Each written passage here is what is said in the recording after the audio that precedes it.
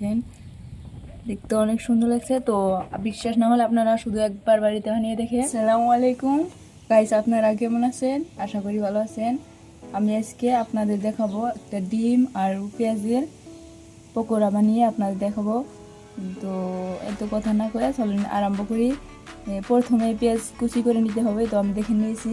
তারপর এর ভিতরে কাঁচামরিচ কুচি দিয়ে নেবেন কয়েকটা, তারপর অল্প পরিমাণ লবণ দিবেন, দিয়ে ভালোভাবে মেখে 20 মিনিট টাইম ঢেকে রেখে দিবেন। তো আমার মেখে নেওয়া হয়ে গেছে, এর 20 মিনিট টাইম ঢেকে রেখে দিচ্ছি। আপনারা প্রথমে ডিম সিদ্ধ করে নেবেন।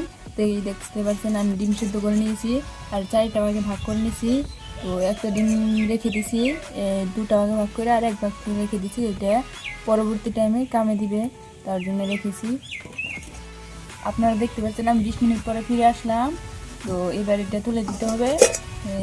দেখতে পাচ্ছেন পেঁয়াজের ভিতর থেকে জল বের হয়ে আসছে আর এগুলো নরম হয়ে আসছে। তো এর ভিতরে এবার দিতে হবে।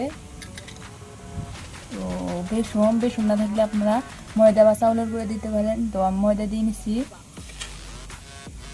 2-3 চামচ পরিমাণ। তারপর দিয়ে নেবেন জিরার গুঁড়ো, মরিচের গুঁড়ো, হলুদ গুঁড়ো। তো এরপর সেই ডিমটা আমি রেখেছিলাম পরবর্তী কামের জন্য।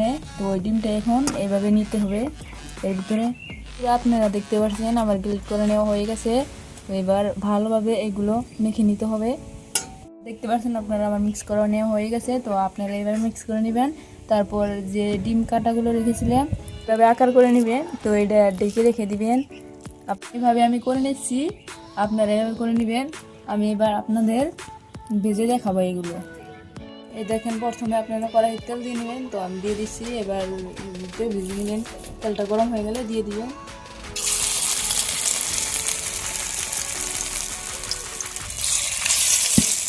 এভাবে ভেজে নেবেন, অল্প নাড়াচাড়া করে নেবেন। আর ভেজে নেওয়া হয়ে গেছে।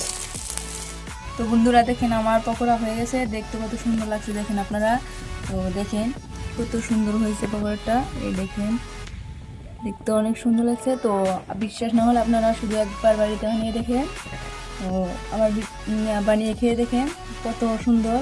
তো আমার ভিডিওটা কেমন হয়েছে আশা করি ভালো হয়েছে। তো যদি ভালো লেগে থাকে তাহলে লাইক করবেন, শেয়ার করবেন। খোদা হাফিজ।